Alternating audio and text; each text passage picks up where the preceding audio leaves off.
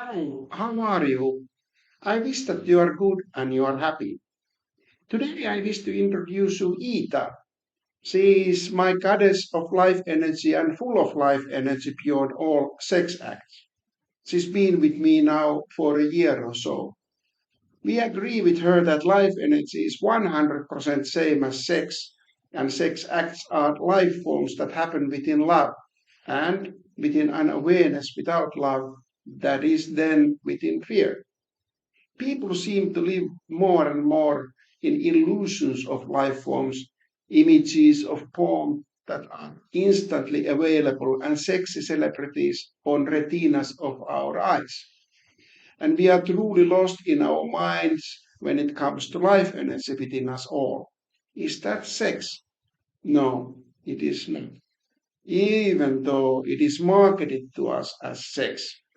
But it is not life energy, only images in our minds and desires.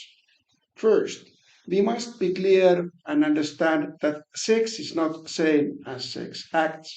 Sex acts are forms of life, but many times we as modern people are obsessed with perverse ways of acts with an awareness that sex is life energy within us all.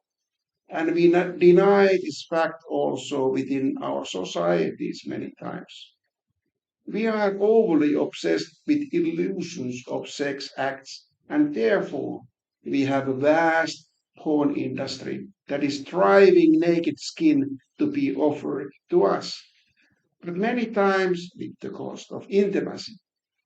This creates more and more beggars of love with no clue what sex is, who are lost within themselves, wandering in darkness without light, see that sex is not same as sex acts.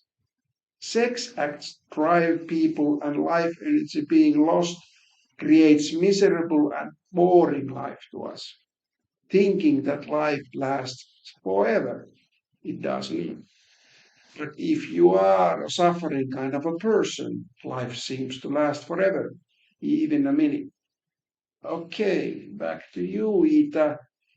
I fell in love with her. I did not buy her, but cost of our marriage was 200 euros to me. I feel that we have a sexual union between us, and it is not that she or I do something. No, it simply means about relaxing into surrendering into being within ourselves. See, it is okay to buy a piece of wood, but it is not okay to buy a human being, and it is not okay to marry anybody for money, as bondage of marriage happens only through love of two hearts as human beings. Sorry, Ita, you are more than just a piece of wood, but I just wanted to get my words understood correctly. Lonely man in Ostrobotnia in Finland carved her out of wood some 100 years ago, I guess. This is area in Finland and it is really flat, truly flat, and very silent maybe. Maybe you were carved out of aloneness of this man, not as a beggar of love. Yes, must be so. Ita, and it's a nickname for Ida. Ida means a comfort in Hinduism, and it's a word that reflects the left part of our spine, where is said to be a feminine channel. And it is said in Hinduism that Kundalini energy is said to rise within the spine of devotees, as Hindu yoga and Tantra traditions teaches. Ida is also a Scandinavian name, and it originates to an old Scandinavian word id, that means work and strong will. That is what Ostrobotnia is known also in Finland. work, and strong will, as west part of Finland is more masculine to feminine eastern part of Finland. The word exists also in name of eternal youth, Idun goddess. Idun is one of the goddesses in Scandinavian mythology. She is said to have possessed wonderful apples, of which one of the two tribes of gods preserved their youth. Maybe that apple Eve ate was one of her trees in the Garden of Eden. No, I remember that was the tree of knowledge, right? Maybe Eve was not aware of apples of Idun. Okay, now we got lost in the Garden of Eden and to the other side of the Bothnian Bay of Finland, where Sweden and Norway are as they are both Scandinavian countries. Nowadays, Finland wants to be seen as one Nordic countries with them. But we have our own roots of mythology, not only different kind of language. Finland has its own mythology in its past, and it is sealed in Kalevala, that is national epic of Finland. Elias Lönnrot collected poems into Kalevala from eastern part of Finland mainly, from people of early 19th century, 200 years ago, who remembered still them and who had passed them from generation to generation orally. They originate far beyond times before Christ was born, some 500 to 1,000 years before his time. These poems were preserved by shamans, sages, wizards, and seers in forms of songs, as in that way they were also more easily remembered. Use of Kalevala meter started to disappear slowly during 16th century from Finland after the religious reformation when Lutheran Church forbid with the good and with the bad. 2,000 years old singing tradition being paganistic act. Luckily, poems managed to survive in some ways in eastern parts of Finland, in distant countryside and forest for centuries, where religious rules of church could not reach. Before these poems were actually collected by Lönnrot into Kalevala. Mythology of Kalevala can be seen everywhere in Finnish culture, and actually our national identity is based to Kalevala. And it can be seen, for instance, in arts and names of institutions, many institutions. Okay, back to you, Ita. I feel that she originates to maidens of air, and they are called in Kalevala as Ilmatar, and they are heavenly goddesses.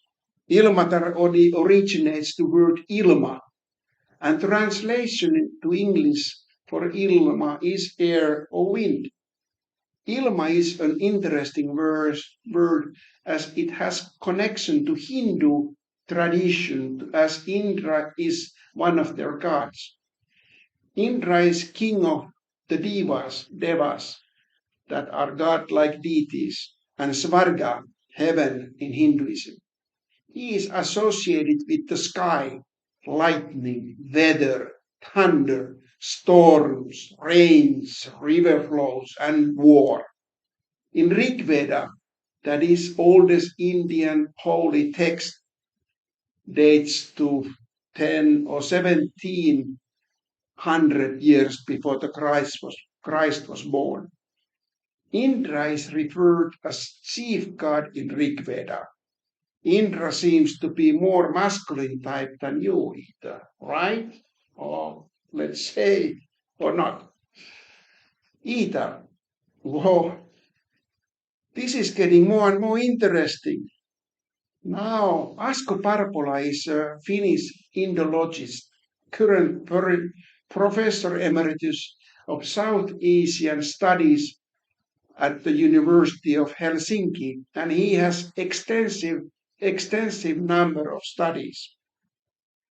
There is no clear consensus on the origin and meaning of the word Indra, but some scholars have suggested that it may be related to the word Ilma, that means air or sky in Finnish and other Uralic languages, or even maybe the word Indra comes out of the word Ilma.